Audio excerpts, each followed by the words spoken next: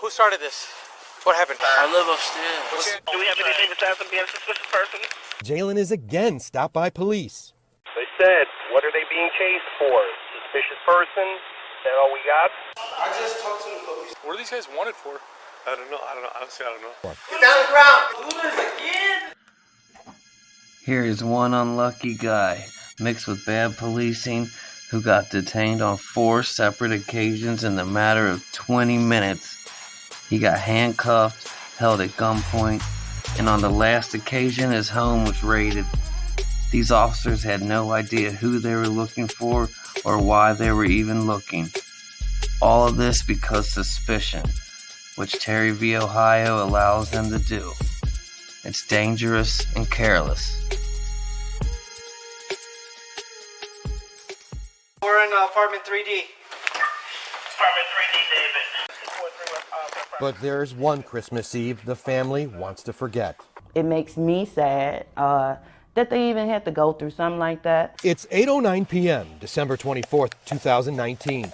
Juanita says her teens suddenly find police beating on their door. Okay, listen, at some point this door's gonna be broken open, and you will be dragged out. Jalen, her oldest son, opens it and is greeted with handguns. Hey, get down the ground, on your knees. The gun is aimed at his head when police wrongly target him as they barge into their apartment without a warrant. It happened so fast. I just remember opening the door and then being in handcuffs on the ground in the hallway. Door open here on the front. As scared as Jalen was, he was more afraid for someone else. Stop. Please, my little brother. Terrified of what officers might do. Do you have a gun? Come on. Get on your knees. At gunpoint, they order Lazarick, who was just a 7th grader at the time, to the floor. What are you feeling at that moment? Honestly, I was scared because I was like, okay, anything could happen at this moment. Do you think you might have been killed that night? I very easily could have been killed that night. What you've just witnessed is just one encounter between police and the teens that night. It all happened here at this apartment complex near the red line at the Loyola University stop. The CBS 2 investigators have now obtained body camera footage of an unbelievable 20 minutes that led up to their terrifying ordeal. Who started this? What happened? Those body cam videos, Originally came as a suspicious person. About 6 male blacks in the stairwell. plus police dispatch radio transmissions, now reveal how several other innocent young black males in the area were also targeted that same night. Do we have anything besides them being a suspicious person? Listen as a sergeant heading to the scene wants more information. They said, what are they being chased for?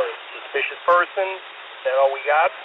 The confusion about who police are chasing and why gets even worse for Jalen. Did it seem to you like they were disorganized that night? Very. When you run into officers as many times as I did, they're disorganized. Disorganized because when Jalen was held at gunpoint, it was actually the 4th time he was confronted by police that night. 20 minutes earlier, around 7:47 p.m., was the first time police take him down. It's hard to see in the darkness, but that's him getting tackled. So I immediately put my hands up. They bring me down, cuff me right here. He was a junior at Sullivan High School at the time and a standout football player and champion wrestler. He says to avoid the possibility of getting shot by police, he made sure he did not resist. I was always taught to always respect them and never run, never talk back, never do these things to the police. But that was because of what they do to people like me. So People like you? yeah, black teenagers. It screams misconduct. Al Hofeld Jr. is the family's attorney. I think it's a way of policing that's dehumanizing and frankly racist. He is then questioned about guns and if he really lives here in Rogers Park. What's your name, man? He gives his name and address. I live upstairs. But they don't believe him, and while handcuffed, take his keys from his pocket, go through his building and open his apartment door.